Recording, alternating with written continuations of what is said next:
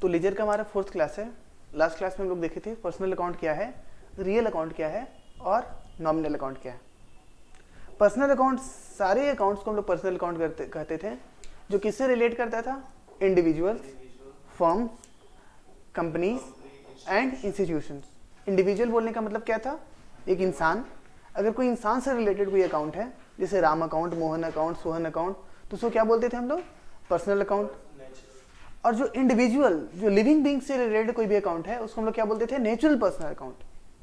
और living being को छोड़ करके बाकी सारे जो कंपनी, फर्म्स एंड इंस्टीट्यूशन से रिलेटेड जितने भी अकाउंट्स थे, उसको हम लोग क्या बोलते थे, आर्टिफिशियल पर्सनल अकाउंट। ऐसा क्यों बोला गया है, इनकम टैक्स और बाकी जितने भी एक्ट वगैरह है ना, वहाँ पे पर्सन, जहाँ भी टर्म पर्सन यूज हुआ है, वहाँ पे सिर्फ इंडिविजुअल को नहीं काउंट करते हैं। इंडिविजुअल के साथ फर्म को भी पर्सन बोलते हैं, कंपनी को भी पर्सन बोलते हैं, फाइनेंशियल इंस्टीट्यूशन को भी पर्सन ही बोलते हैं। ठीक है, इसलिए सारे को हम लोग क्या बोलते हैं, पर्सनल अकाउंट। तो लेकिन पर्सनल अकाउंट में नेचुरल पर्सन कौन है, लिविंग बीइंग, जो इंसान है वो नेचुरल पर्सन है। बाकी सारे लोग क्या है, आर्टिफिशियल पर्सन है, क्योंकि उनको बनाया भी कौन है, इंसान नहीं बनाया। जैसे कंपनी ने किसे बनाया, इंसान ने बनाया। तो ठीक है, तो बाकी सारे फर्म्स, कंपनीज एंड इंस्टीट्यूशन से रिलेटेड जितने भी अकाउंट है, सारे के सारे क्या कहलाएंगे, हमारे आर्टिफिशियल पर्सनल अकाउंट। ठीक है, पर्सनल अकाउंट में सर एक और था, उसका नाम क्या था, रिप्रेजेंटेटिव पर्सनल अकाउंट। वो भी पर्सनल अकाउंट इसलिए है क्योंकि वो किसी न किसी पर्सन को बिलोंग करता है। ठीक है ना, डायरेक्टली उस अकाउंट, उस पार्टी का नाम हम लोग नहीं लिखते हैं, लेकिन क्या करते हैं हम लोग, उसके ग्रुप को हम लोग क्या करते हैं, मेंशन करते हैं। जैसे हमने यूज करा था टर्म आउटस्टैंडिंग सैलरी। ठीक है, तो ये आउटस्टैंडिंग सैलरी था, जो टर्म आउटस्टैंडिंग सैलरी था, वो सिर्फ एक इंसान से रिलेटेड था क्या, उस कंपनी में जितने भी इंसान थे सबको रिलेट कर रहा था। उसी तरीके से हमने लिखा था, टर्म लिखा था रेंट पेबल। तो रेंट पेबल भले ही एक्सपेंस है और उसके साथ सफिक्स जुड़ा हुआ है, लेकिन वो अकाउंट किसको रिलेट करता था, ओनर, लैंड ओनर को रिप्रेजेंट करता था। तो इसलिए ये सारे अकाउंट्स को क्या बोलते हैं हम लोग, रिप्रेजेंटेटिव पर्सनल अकाउंट। ठीक है, उसके बाद रियल अकाउंट था, उसके बाद नॉमिनल अकाउंट था। रियल अकाउंट में मैंने आपको बताया था कि सारे के सारे असेट्स को क्या बोलेंगे हम लोग, रियल अकाउंट। सारे के सारे एसेट्स के अकाउंट को हम लोग क्या बोलेंगे, रियल अकाउंट। इसमें से बताए थे कि बैंक और डेटर्स, ये लोग रियल अकाउंट नहीं होगा। क्यों, क्योंकि ये ऑलरेडी पर्सनल अकाउंट में कवर हो चुका है। एक ही अकाउंट दो जगह नहीं जाएगा ना, वो एक ही जगह जाएगा। ठीक है, अब उसके बाद थर्ड क्या था, नॉमिनल अकाउंट। नॉमिनल अकाउंट में मैंने क्या बताया था कि कोई भी अकाउंट जो इनकम और एक्सपेंस से बिलोंग करेगा, वो क्या कहलाएगा, हमारा नॉमिनल अकाउंट कहलाएगा। ठीक है, तो नॉमिनल अकाउंट के एग्जांपल हमने क्या लिया था, रेंट, सैलरी, डेप्रिसिएशन, फिर कुछ इनकम में मैंने लिया था सेल्स, ठीक है, इंटरेस्ट इनकम। ये सारे के सारे कौन से अकाउंट कहलाएंगे, नॉमिनल अकाउंट। तो कितने अकाउंट्स टोटल हो गए,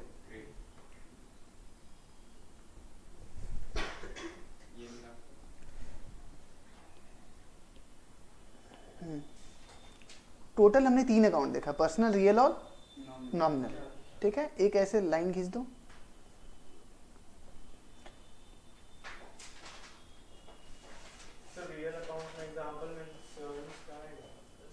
देख लेते सब कुछ,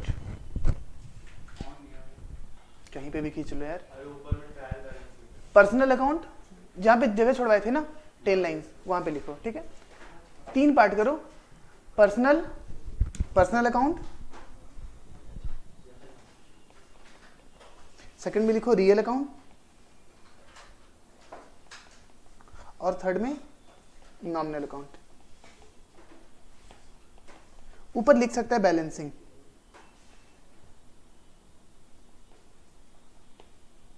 हम लोग देखेंगे बैलेंसिंग, जितने भी अकाउंट्स हैं, जितने भी लेजर्स हैं, हम तो उनका बैलेंसिंग करते ही हैं। ठीक है, तो पर्सनल अकाउंट में या तो डेबिट बैलेंस होगा या तो क्रेडिट बैलेंस होगा, ये दोनों में से एक हो सकता है।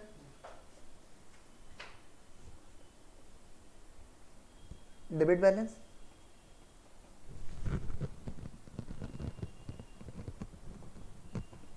या क्रेडिट बैलेंस। ठीक है, या तो डेबिट बैलेंस होगा या क्या होगा, क्रेडिट बैलेंस होगा।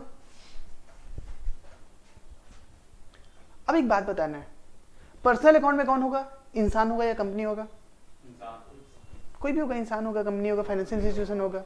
अगर उस अकाउंट के साथ मेरा डेबिट बैलेंस है तो इसका मतलब क्या हुआ? सपोज मोहन है, अब मोहन का मेरे पास डेबिट बैलेंस है, इसका मतलब मोहन को हम लोग डेबिट किए हैं कभी ना कभी, इसलिए तो डेबिट बैलेंस है उसका। तो इसका मतलब क्या हुआ? मोहन से मेरे को पैसा लेना है या मोहन को मेरे को पैसा देना है? देना है।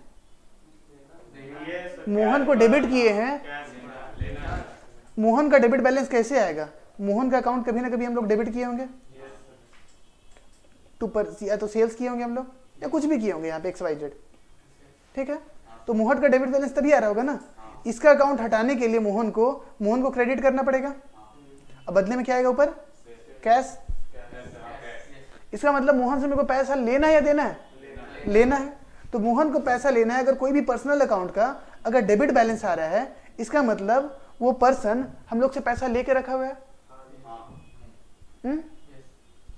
इसका मतलब ये क्या है? वो पर्सन, दैट पर्सन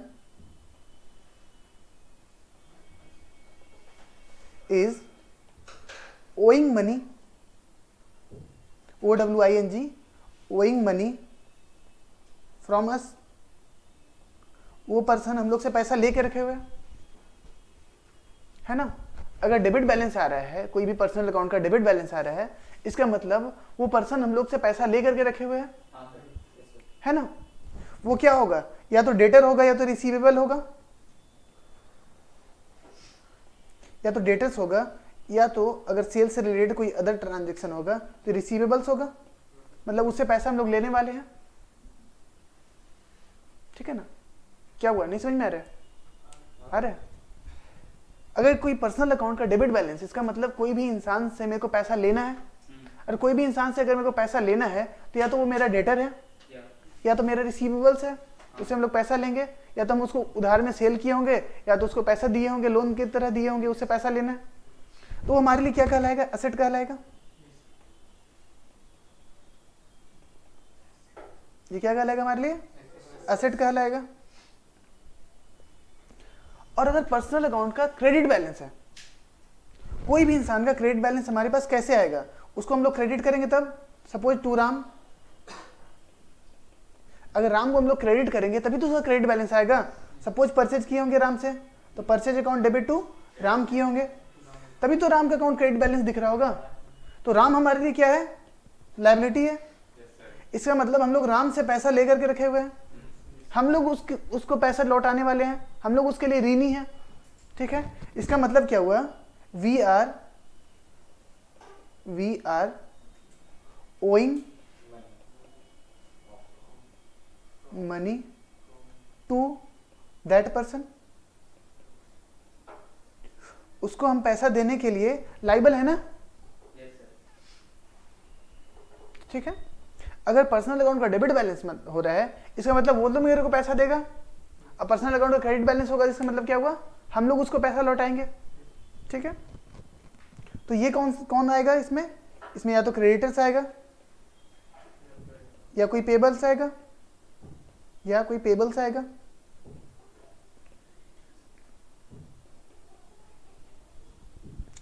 क्रेडिटर्स आएगा या क्या आएगा?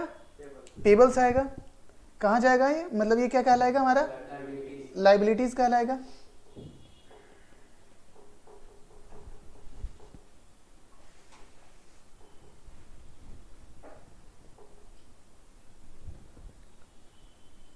जो भी पढ़ा रहे हैं ना, 20 से 25 दिन बाद इस पॉइंट को फिर से रिकनेक्ट करेंगे एक दूसरे चैप्टर में। इसलिए जो जैसे हम लिखवा रहे हैं वैसे तरीके से लिखना है। और इंपॉर्टेंट चीज़ है, पूरा फाइनल अकाउंट का ये छोटा सा कंसेप्ट है। फाइनल अकाउंट आपका सबसे इंपॉर्टेंट चैप्टर है आपकी बुक में, ठीक है। उसका ये छोटा सा कंसेप्ट है, लेकिन इसी छोटे कंसेप्ट पे पूरा का पूरा फाइनल अकाउंट बना हुआ है, ठीक है। तो पर्सनल अकाउंट में क्या हो गया? तो डेबिट बैलेंस हो गया, तो क्या होगा? क्रेडिट बैलेंस होगा। डेबिट बैलेंस का मतलब हुआ कि वो लोग हमसे पैसा लेकर के रखे हुए हैं, हम लोग के लिए वो रिसीवेबल है या डेटर है, वो क्या कहलाएगा मेरे लिए? एसेट्स। अगर मेरे लिए पर्सनल अकाउंट मेरे लिए क्रेडिट बैलेंस है, तो इसका मतलब हम लोग उससे पैसा लेकर के रखे हुए हैं, और हमारे लिए क्या कहलाएगा? क्रेडिटर्स एंड लायबिलिटीज, ठीक है। क्रेडिटर्स और पेबल्स, ये क्या कहलाएगा हमारे लिए? लायबिलिटी। रियल अकाउंट, याद करो रियल अकाउंट में क्या था? रियल अकाउंट क्या था? Any account which relates to assets, assets का क्रेडिट बैलेंस हो सकता है क्या? हो सकता है एसेट्स का क्रेडिट बैलेंस हो? एसेट्स का क्रेडिट बैलेंस कभी हो ही नहीं सकता है। क्या एसेट्स माइनस में चला जाएगा क्या? कि हम फर्नीचर लिए, अब फर्नीचर का बैलेंस हमारे यहाँ माइनस में है, ऐसे हो सकता है? तो एसेट्स कभी भी क्रेडिट बैलेंस नहीं निकल करके आएगा। फर्नीचर को डेबिट ही कर सकते हैं ना, क्रेडिट करेंगे तो डिप्रिसिएशन के केस में फर्नीचर को क्रेडिट करेंगे भी, लेकिन जितना का फर्नीचर खरीदे हैं उतना तक ही तो डिप्रिसिएशन करोगे, उससे ज्यादा डिप्रिसिएशन कर सकते हो क्या? कि 10,000 का फर्नीचर खरीदे, उसको 15,000 डिप्रिसिएट कर दिए और फर्नीचर माइनस में दिख रहा है हमारे बैलेंस शीट में। इसका मतलब क्या हुआ कि फर्नीचर उधार में लेकर के आए। मतलब फर्नीचर कोई भी एसेट्स है उसका हमेशा क्या होगा? डेबिट बैलेंस है, तो ये हमेशा इसका कौन सा बैलेंस आएगा? Debit balance. ठीक है, और ये क्या कहलाएगा हमारा हर केस में? एसेट्स कहलाएगा। ठीक है, लास्ट नॉमिनल अकाउंट, इसका या तो डेबिट बैलेंस होगा या तो क्रेडिट बैलेंस होगा, इसका भी 2 बैलेंस हो सकता है।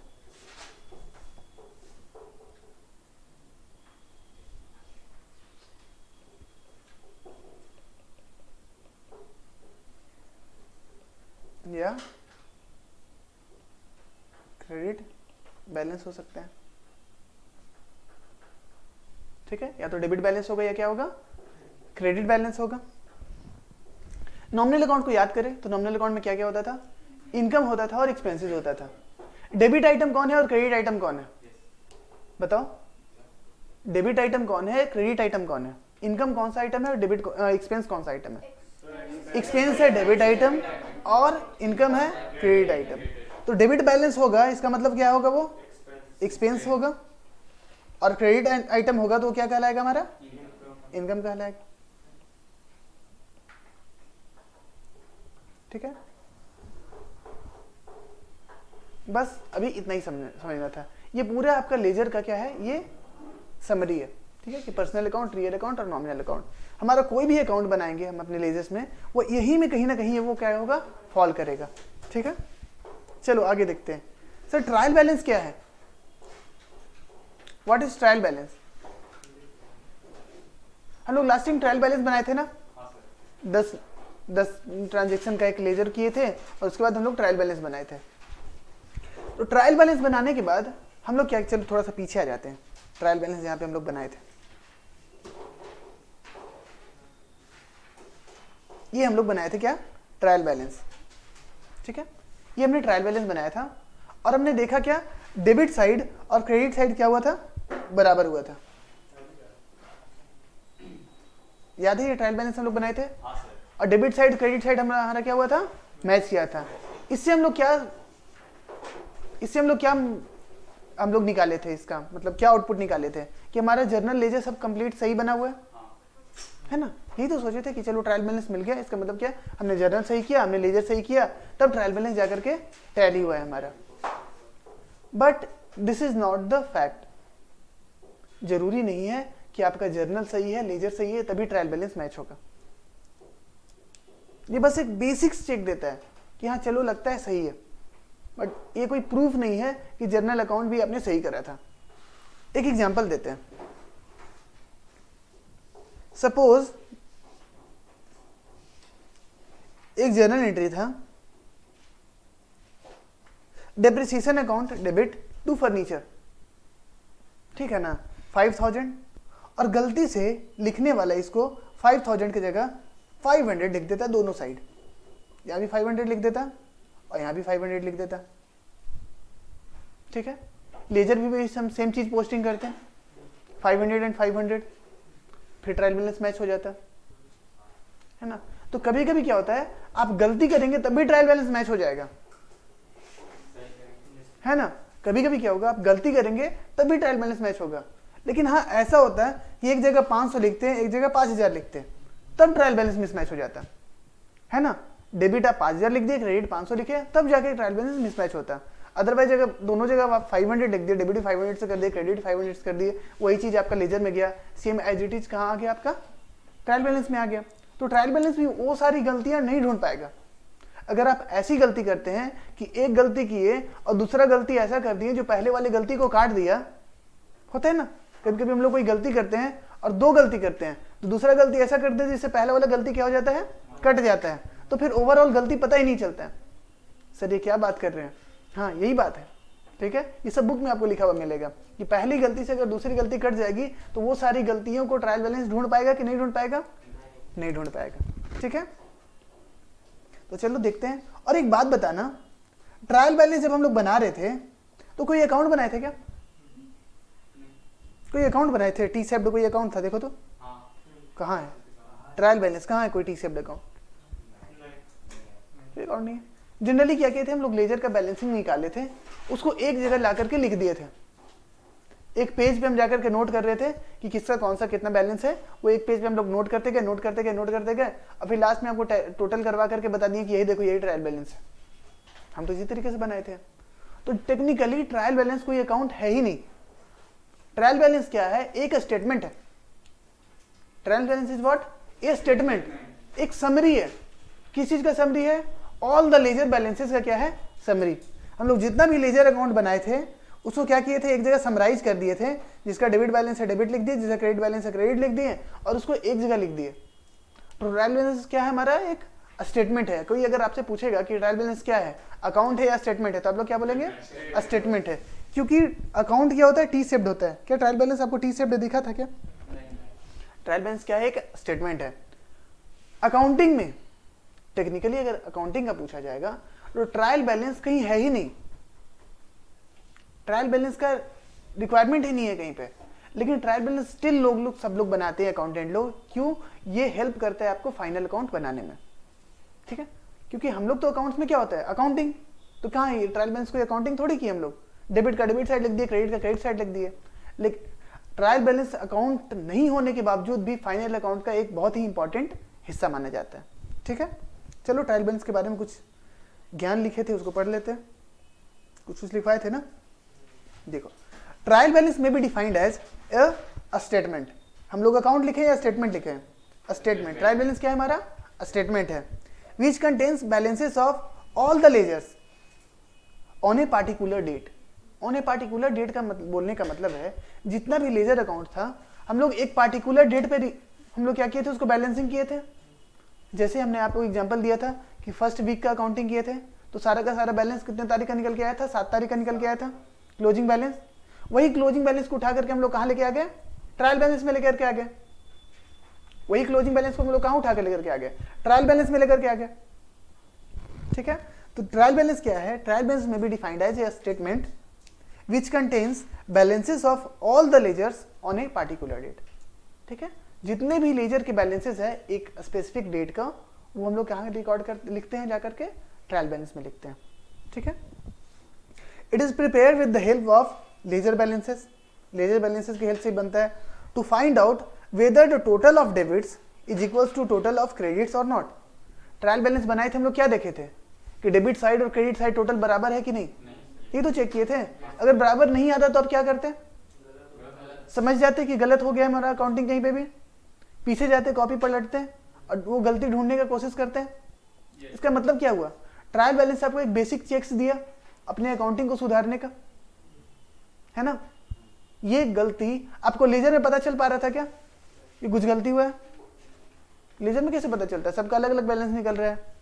लेकिन ट्रायल बैलेंस में एक आपको चेक करने का मिल गया कि देखो टोटल ऑफ डेबिट सही है, टोटल ऑफ क्रेडिट से मैच कर रहा है कि नहीं कर रहा है। अगर मैच कर रहा है तो ओवरऑल ठीक चल रहा है। अगर वहीं पे मिसमैच आ गया तो पता चल जाएगा हम लोग को क्या कि पीछे कहीं गलती हुआ, हम लोग उस गलती को क्या कर सकते हैं? रेक्टिफाई कर सकते हैं। But still it proves only arithmetical accuracy. ये क्या करता है? सिर्फ अरिथमेटिकल एक्यूरेसी को सही करता है, ठीक है। Of posting in ledger. Post आप जर्नल से लेजर में पोस्ट सही तरीके से कर रहे हैं कि नहीं कर रहे हैं, सिर्फ इसको चेक करता है। उसके अलावा आपको कोई भी चीज को ये चेक नहीं करता है, ठीक है। जैसे हमने बताया कि जर्नल 5000 की जगह 500 लिख दिया, डेबिट क्रेडिट दोनों साइड, तो ये तो सही ही था। वही एज इट इज पोस्टिंग हुआ, इसको कहाँ ढूंढ पाया? इसको तो ट्रायल बैलेंस नहीं ढूंढ पाया, ठीक है। इसके बाद देखेंगे features and characteristic of trial balance, और उसके बाद देखेंगे objective and needs of trial balance, ठीक है। फीचर्स और characteristics of trial balance. Trial balance से क्या क्या फीचर्स है? ठीक है। It is list of all the balances, it is list of balances of all the ledger account. Trial balance में हम लोग क्या लिखे थे, लेजर बैलेंसेस, जितने भी लेजर हम लोग बनाए थे उसको लिस्ट वाइज उसका बैलेंसेस हम लोग लिख दिए थे एक एक करके, ठीक है। And the cash book, ignore करो कैश बुक को, कैश बुक जब पढ़ाएंगे तो समझ में आ जाएगा। उसके बाद ट्रायल बैलेंस का क्या फीचर है, it is a statement not account. क्या ये बात हम नहीं जानते हैं, ऑलरेडी जानते हैं।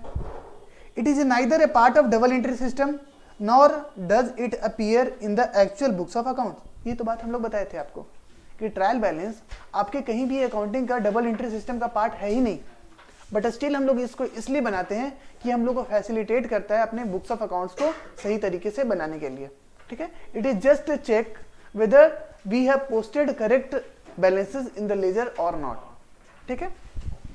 तो ट्रायल बैलेंस डबल एंट्री का पार्ट है कि नहीं पार्ट है, नहीं पार्ट है। इसको जस्ट हम लोग इसको बुक्स ऑफ अकाउंट्स में कंसीडर किया जाता है क्या, नहीं कंसीडर किया जाता है, बट स्टिल इसको बनाते हैं क्यों, क्योंकि ये it is just a working paper. Working paper का मतलब क्या होता है कि आपको कोई बड़ा काम करने में वो पेपर्स आपको इंपॉर्टेंट रोल प्ले करेगा। जैसे आप बड़ा बड़ा क्वेश्चन बनाते हैं तो नीचे वर्किंग नोट लिखते हैं ना, याद है, कोई बड़े बड़े हम लोग क्वेश्चन को सॉल्व करते हैं तो क्वेश्चन में बड़ा क्वेश्चन सॉल्व होता है, लेकिन उसको छोटे छोटे वर्किंग नोट्स हम लोग निकालते हैं कि हाँ ये चीज़ निकालने के लिए ये चीज़ निकालना पड़ा। That is what our trial balance is, ठीक है, कि हमारा ये वर्किंग नोट का पार्ट है। ये इसको हम लोग books of double entry system में इसको जगह मिला है कि नहीं मिला है, नहीं मिला है, क्योंकि ये अकाउंट नहीं है ना, इसलिए इसको इज्जत नहीं मिला, ठीक है। फोटो छपेगी लेकिन छोटी छपेगी, क्यों, डिग्री नहीं है इसके पास। It can be prepared at the time during the accounting period, say at the end of every month, every quarter, every half year, every year. In generally हम लोग ट्रायल बैलेंस बनाते कब है, एक पार्टिकुलर डेट जब and होता है तब, या तो मंथ खत्म हो रहा है तब ट्रायल बैलेंस बना लो, या तो हाफ ईयर खत्म हो रहा है तब ट्रायल बैलेंस बना लो, या तो ईयर खत्म हो रहा है तब ट्रायल बैलेंस बना लो। एक पार्टिकुलर डेट पे हम लोग बनाते हैं ट्रायल बैलेंस, ठीक है।